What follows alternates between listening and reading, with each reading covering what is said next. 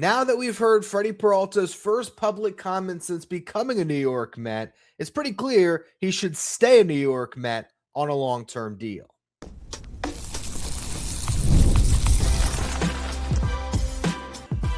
You are Locked On Mets, your daily New York Mets podcast. Part of the Locked On Podcast Network, your team every day. Hello to all you amazing Mets fans. You're listening to Locked On Mets, part of the Locked On Podcast Network, your team every day. Thank you for making Locked On Mets your first listen every day, and thank you for making Locked On the #1 sports podcast network. On the show today, we're going to be talking about Freddy Peralta. He has an introductory press conference this week. He also had a follow-up interview with Andy Martino, and it's pretty clear from all the comments so far that this guy fits the Mets like a glove. I want to talk about what we've learned from Freddy this week. In the second segment, I want to talk about how Peralta would fit with the Mets long-term, why this really is the guy that they should be investing in. And then the final segment, I want to talk about the significance of Freddy Peralta having that long-term deal before he throws his first official pitch in a Mets uniform this season. Before we get to any of that, though, I'm your host, Ryan Finkelstein. I've been covering the New York Mets on this show since the 2019 season. This is the #1 daily podcast on the New York Mets. Want to find some of my written work? You can do so over at justbaseball.com, where I work as the editor-in-chief. Now, Freddy Peralta was introduced earlier this week to all of the Mets media, and then we got a little follow-up interview with the newest Mets correspondent, Andy Martino, who is now hired by the team and getting these interviews with all these players. And you know what? I'm not hating on it at all. I liked what I've seen so far with Andy Martino in this new role. It's going to be very interesting when he starts trying to report because he's hired as a Mets reporter. I don't really know how that's going to work. Obviously, if he works for the team, he'll have a pretty good connection to the team. So that whole thing is interesting, but I do encourage all of you to watch the video because you're able to get a little bit more of a personal look of Freddy Peralta, just interacting with one person on a call instead of fielding questions from a bunch of reporters. Not that we didn't learn anything interesting from the introductory press conference, but I did like the one-on-one a lot better. And one of the things that we learned is Freddy Peralta, while he sort of alluded to the fact that the Mets were always kind of hanging around his mind when it came to potentially getting traded here, when he talked to all the media, he made it a little more evident talking to Andy Martino that the Mets were where he wanted to be. And it goes back to growing up a Mets fan, he said. Now, how devoted of a Mets fan, how much was he living and dying by every pitch? We won't know, but he said the first stadium and the first game he went to was Shea, and he loved Pedro, David Wright, Carlos Delgado, that whole team, which is the team that I grew up on, which makes sense because Freddie is like a year younger than me. So he grew up on the Mets a little bit. He has a lot of family in New York. He has, I think he said, some cousins that work for the NYPD. This is really the perfect fit for the Mets in so many ways. And he is really giving off the fact that this is such an exciting opportunity for him. Not that he didn't love Milwaukee. He was completely ingratiated with that fan base, with that organization. It's the only organization.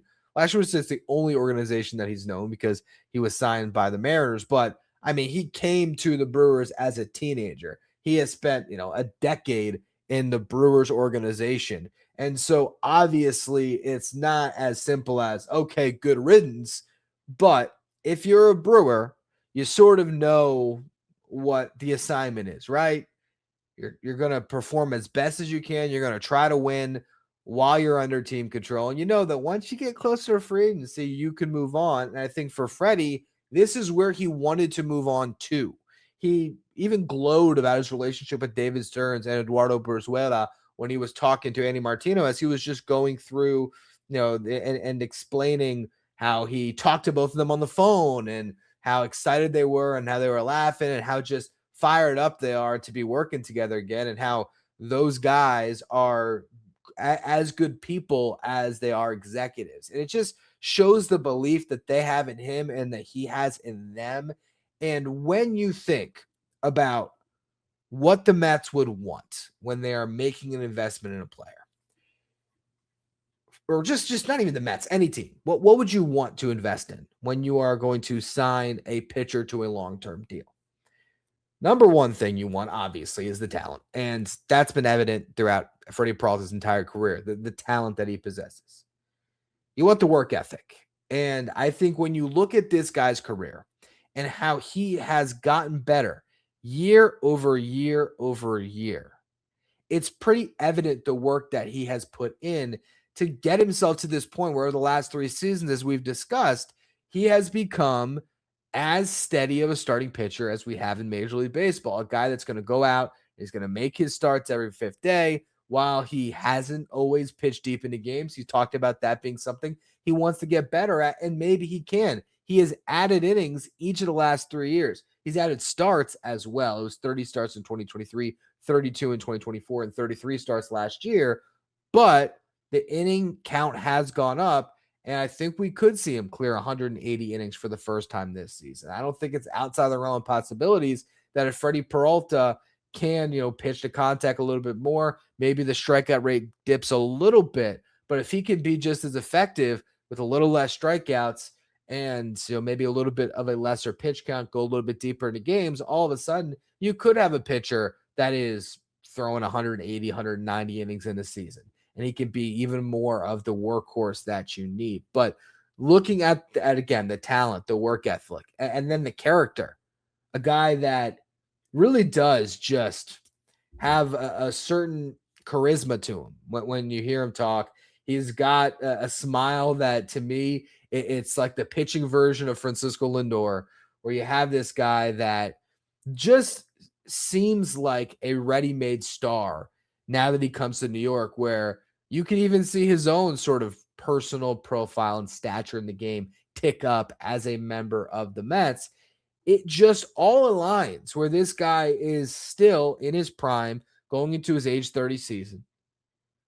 And pitchers nowadays are even aging better, I think. We're seeing guys later in their career still having it.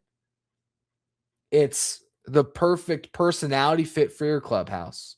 It's a guy that can lead a young pitching staff with a lot of top prospects that are going to be coming up over the next couple of years, who is going to have complete belief and faith from the people who are making the decisions in David Stearns, Eduardo Pozuelo, and really everybody now that he gets, more, integrated in the organization. But it's just hearing him talk about the Mets, where he's gotten into his career, how he still wants to be better and still wants to push to be, an even more well-rounded starting pitcher. It really just becomes so evidently clear that this should not be a rental. This should be a building block. And that's what we're going to talk about next here. I've already discussed what a contract extension will look like on a full show, but I'll reiterate what I would offer Freddy Peralta right now and why that contract fits the Mets books. And they should really be working to build around Freddy Peralta and have him be the ace of this staff, or at least the bedrock that the staff is built around for years to come. Today's episode is brought to you by TurboTax. Tax season doesn't have to take over your life. This year, TurboTax is making it easier than ever to just hand things off and move on with your day. TurboTax Full Service can have your taxes done for you by a trusted local expert start to finish without the stress or the guesswork. Instead of spending hours trying to figure out the forms and going through all the numbers, you can just meet with a local TurboTax expert in person or connect online. They're going to handle everything from W-2s to self-employed forms, and they will work to get you every deduction. You can upload your documents, go about your day, and get updates right in the TurboTax app. It's a huge time saver and gives you real peace of mind knowing an expert is handling it for you. For a limited time, you can have your taxes done by a local TurboTax expert for just $150 all in. If a TurboTax expert did not file for you last year, you just need to file by February 28th. For me, TurboTax has just made everything so much easier, and I encourage you to consider it as well. Take the taxes off your plate and get back to your life. Visit turbotax.com/local. Again, that is turbotax.com/local to book your appointment today. If you're watching on YouTube, do me a favor and hit that subscribe button. Help us get closer to our next goal of 16,000 subscribers. The goal is to get there by opening day. We're getting pretty close. Really do appreciate all of you who continue to subscribe. If you look at the Mets payroll over the next couple of years, there's a lot of money coming off the books in the starting rotation. Frankie Montas still technically on the books this year. That hit's going to come off when you go into 2027. David Peterson will be a free agent, so he comes off your books. Clay Holmes has a $12 million player option for the 2027 season. So if he has a healthy and productive year like he did last season, he's going to opt out of that contract and hit the market and do much better. So that right there clears up a couple of arms for you. You look at your 2027 rotation, who's on the books right now. It's Kodai Senga and Sean Manaea, and then you have all the young guys, McLean, Tong, Christian Scott, Jack Weniger. It goes on and on and on. Jonathan Santucci, all the prospects, right? After 2027, Senga and Manaea come off the books. So you look at the 2028 New York Mets, there's not a single guaranteed contract to speak of. So it really is a clean slate on the rotation side of things once you get through 2027. So if you were to extend Freddy Peralta right now, it's not going to be money that's prohibitive for you moving forward, especially if it falls under the terms that I described in the podcast where I talked about a contract extension last week. And that show came out after a report that Freddy Peralta would be open to a contract extension. And this is where it all just makes too much sense to get a deal done, because you have a player that has been underpaid throughout a majority of his career, especially the last 3 seasons, right? He's in his career made like $23 million. So as I talked about on that show, if you put a $30 million signing bonus in front of Freddy Peralta, that alone is going to perk his ears up. That's going to get him and his agent engaged. And you can find a way where he gets his market value, but it's not over as long of a term as it might be if he got to free agency. And the AAV for your luxury tax purposes, if you loop in the $8 million he's making this year, you can get to a luxury tax number where Freddy Peralta per year is making Sean Manaea money in terms of your luxury tax bill. What I talked about last week is a 6-year, $140 million deal. And here's how I got there. $32 million signing bonus, $8 million in salary that he's already set to make. So year one, you're going to collect $40 million, Freddy Peralta. And that is a big carrot to chase and a big reason to sign that contract. After that, it's $100 million over 5 years. It's $20 million per in salary, which again, market value, probably an underpay, but you have to get to that market to reach your full value. And because Freddy Peralta is only making $8 million this year and has only made the $23 million in his career, you have some leverage. Once you get Freddie in camp, he starts meeting the guys. He starts understanding the difference between an organization like the Mets with the resources they have compared to where he's been in Milwaukee. He's chopping it up with David Stearns and Eduardo Pezuela, going through the whole thing.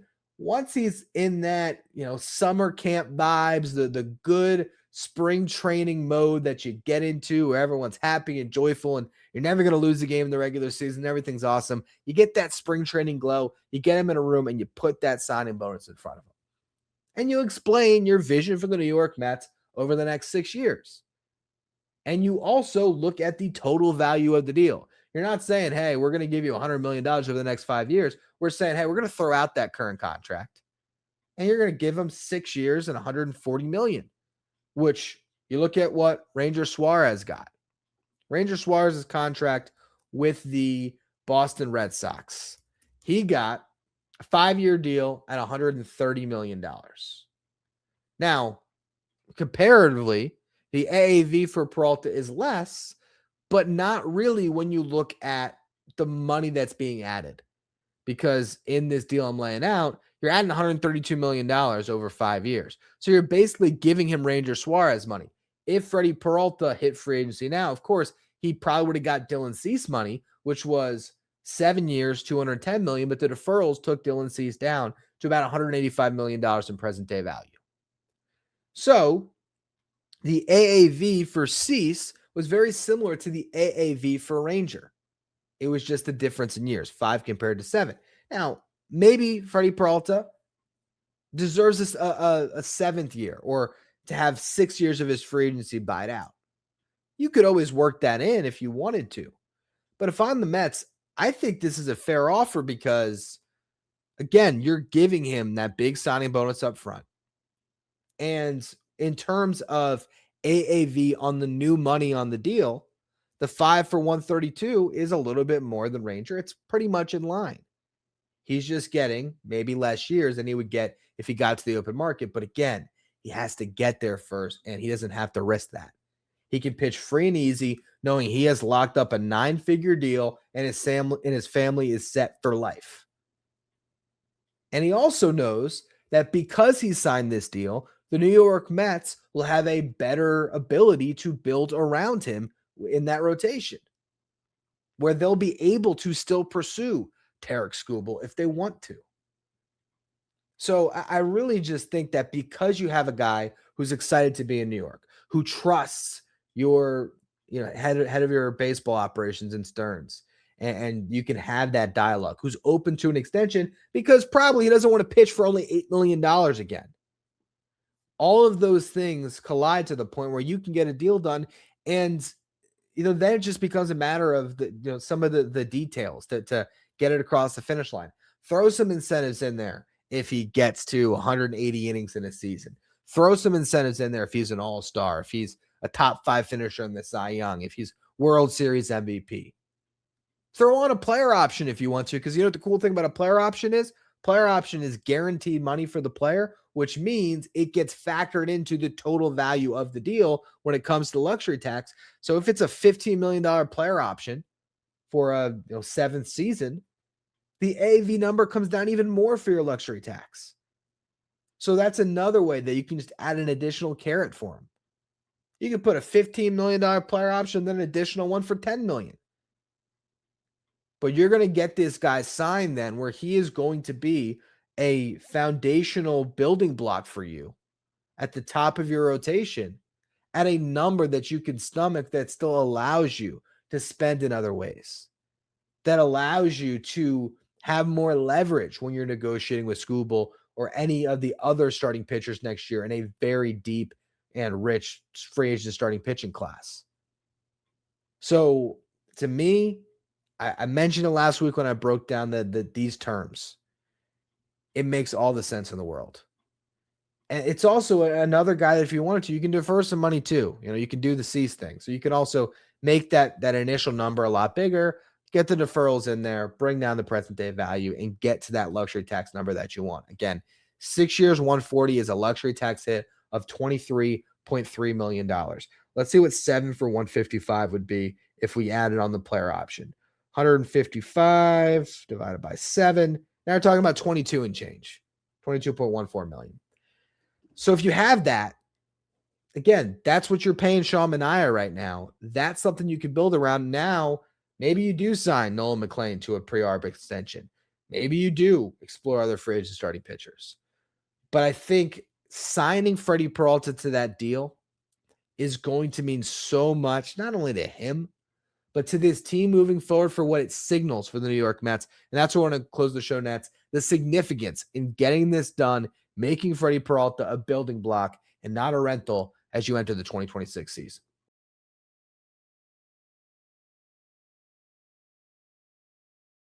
Thank you for making Locked On Mets your first listen every day, and thank you for making Locked On the #1 sports podcast network. You already live your team every day. Now it's time to take it up a level and go ad-free. Join the Everydayer Club and get Locked On Mets without the interruptions. You also get access to our Discord channel and a merch shop. If you want to be part of the Everydayer Club, go to lockedonmets.supercast.com, where you can find the link in the episode description. Now, the significance of signing Freddy Peralta to a contract extension is really like threefold. For one, it's a nice message to a fan base that is about to watch a team that feels like hired guns after a team that you've been bought into for years. Now, a lot of Mets fans like myself are excited to watch the 2026 Mets. Ultimately, while I loved Pete Alonso, Nimmo, McNeil, Diaz, as much as those players had great tenures with the New York Mets, I root for the Mets. more than I root for the individual players. And all I care about is they put together a team that is going to win. So for me, sure, hired guns, I don't care. But there is something to be said about having certain pieces that you know are going to be there, about having a jersey that can be bought and worn for more than a season. I said it before, I would not recommend anybody buys a Bo Bichette jersey. I think he's going to be awesome. You never know. Maybe he loves it in New York. The Mets love him. He plays a good third base and they extend him. When that happens, by all means, buy your Bo Bichette jersey. But right now, buy a Bichette jersey? No, buy a Luis Robert jersey. First, let's see if he's good. But also, the most he's going to be here as of right now is 2 years. There's a club option the Mets could pick up, although it's sort of a widely held belief that this is viewed as a rental because he has not played to the level of being a $20 million player over the last few years. Now, if he does that, sure, that might opt in. And it's 2 years with Luis Robert. But then if he plays well again, he's going to be looking for much more in free agency. If he doesn't, all right, well, you're wipe your hands clean after 2027. But again, it's not a piece that you can buy into long term. The Mets right now have 2 players that you know are going to be here in 2028. Juan Soto, Francisco Lindor. Now, you have some players you have a pretty good idea will be around. Talked about Francisco Alvarez in yesterday's show, and I said I'd be very surprised if he wasn't the starting catcher for the rest of his team control, which is 4 more seasons. I think Brett Beatty is on pretty solid ground right now. I think that Carson Bench, one of the top prospects in baseball, is going to come up, he's going to perform, and he's going to be an answer for the Mets for a long time. Noel McLean clearly looks like a foundational piece. But long-term money, not that you need to have it on the books, and obviously the Mets have been stressing not having it on the books. It's 2 guys right now. And if you have Freddy Peralta in place, I think it means something to that fan base that had a rough offseason. Not that you have to just placate to the fans. I also think it's a good deal for this front office, a good piece to build around. And it allows Freddy Peralta to go into this year not worried about a contract that he's playing for all 30 teams. It has him focused on one thing only, and that's winning. That's being the best pitcher he can for the New York Mets. Either way, you're going to get him trying his best and doing all he can to have a good season. But I'd rather Freddy Peralta to not have the added pressure of playing for his next contract, to know that he's got it. This is home, and he can just relax and be himself. Lead by example, do all the things that he did in Milwaukee for those young pitchers. Now he could do that for McLean, for Tong, for Christian Scott. It gives him more credibility as a mentor to those guys because he's going to be around. You know that. And the leadership qualities that you can hear and that are spoken from others from his time in Milwaukee, I think you give him that contract that shows that you're bought in on him, that you've invested in him, that you believe in him, and it's just going to make him even better in that clubhouse, even more of a leader. It's going to give him even more ownership of that clubhouse because he's going to be there. I look at the opportunity the Mets have here to lock this guy up and what that does for the franchise. To me, it just does so much good because if you let it play out and you go the route, okay, he's a cheap rental. You don't have to spend any money on more luxury tax this season because if you sign him to the deal that I'm describing, again, it all gets bottled up together and that AAV hits now. So yes, it's a bigger tax bill this year, but it's a cheaper tax bill for the next 5 years. And it's an easier team to construct for the next 5 years after it with a guy whose salary slot is going to come in a lot lower than if you let it play out. You let him get to the market. And then again, you now have to balance negotiating with Freddy Peralta, negotiating with Terry Skubal, negotiating with Shane Bieber and Michael King. And who else is in the market? Chris Sale and Kevin Gausman. It's a deep free agent class with a lot of good arms. Jesus Luzardo will be a free agent. A lot of different options you can go towards. And I guess that'd be the case for not doing it is, okay, let it play out, tag him with the QO. You get draft picks if he signs elsewhere. But I wouldn't play that game. I wouldn't. If this is a guy that you believe in, which clearly the Mets do, who wants to be here, what else do you need to know? What else is there? He wants to be here. He's good. He's a hard worker. He's in his prime.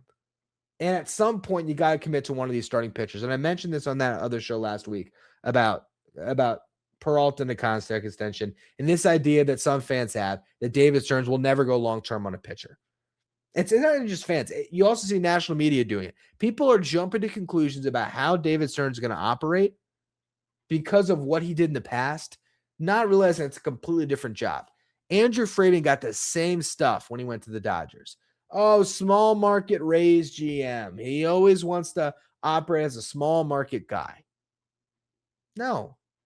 These guys now have resources to do other things, but they still have the mindset of a small market GM to not make bad investments, to not, give money to a DH for 5 years. Even if we as fans wanted to see Pete Alonso stay, that was the thought process behind it. But a frontline starting pitcher, I don't think that there's not any frontline starting pitchers that David Stearns would give the money to. As I talked about on that show, I think there hasn't been any in the last couple of free agent classes. I went through it on that show. Who was the one guy you would have wanted to invest in long-term over the last 3 free agent classes? Yoshinobu Yamamoto. The Mets gave him a 10-year, $300+ million offer. He just took that to the Dodgers and signed with them. Then the other guys that got the long-term deal, off the top of my head again, it was Aaron Nola. That was never going to happen, and good thing it didn't because he's not very good anymore. Or at least he wasn't last year. Corbin Burns. Don't think that was as good of a relationship, certainly, between Stearns and Burns as Stearns and Peralta.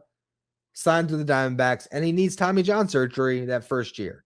So they dodged a bullet. Max Fried, 8-year deal at 31 years old. It all makes sense when you go case by case for why the Mets didn't extend a long-term offer to these players, these pitchers. Freddy Peralta? There's not a good reason to not sign him. And you're going to get a better deal now than you will in a year. And he's going to have a bigger impact this upcoming season if you sign it. The more that I think about it, the more I think about the parties involved, I'm getting more and more confident that something gets done. I think I started when the trade first happened at 50-50. The chance that it happens, chance that it doesn't. I don't know what he wants. Then the report comes out that he's open to a contract extension. Then we hear him talk to the media and Andy Martino about how much he's excited to be a Met, how he grew up a Mets fan, so to speak, the relationship he has with Stearns. And all the dots start to line up and connect where I'm more like 80-20 now that he signed an extension. I could be wrong. Freddy Peralta could absolutely be a free agent next year, but I don't think so. And the other part about it is it justifies the return. I said at the time of the trade, even before the trade, that a return of Sproat and Jet would be fair market value for a rental like Peralta when he had the trade market that he did. It's going to cost something to get a player of this caliber, especially when you have 5 or 6 teams bidding on him. And that was a fair trade package for a rental Peralta in 5 years or Tobias Myers. But if you extend him, it just makes it it takes that sting out of Jet Williams maybe becoming an all-star one day. It takes some of the sting out because maybe at that point when Jet Williams is an all-star in 2029, when he reaches his full potential, maybe Freddy Peralta has already been an all-star a couple times, finished in the top 5 of the Cy Young, and helped the Mets win a World Series. And then who cares, right? On tomorrow's show, we are going to continue this conversation, but now to focus on the package. I will have Aram Layton on.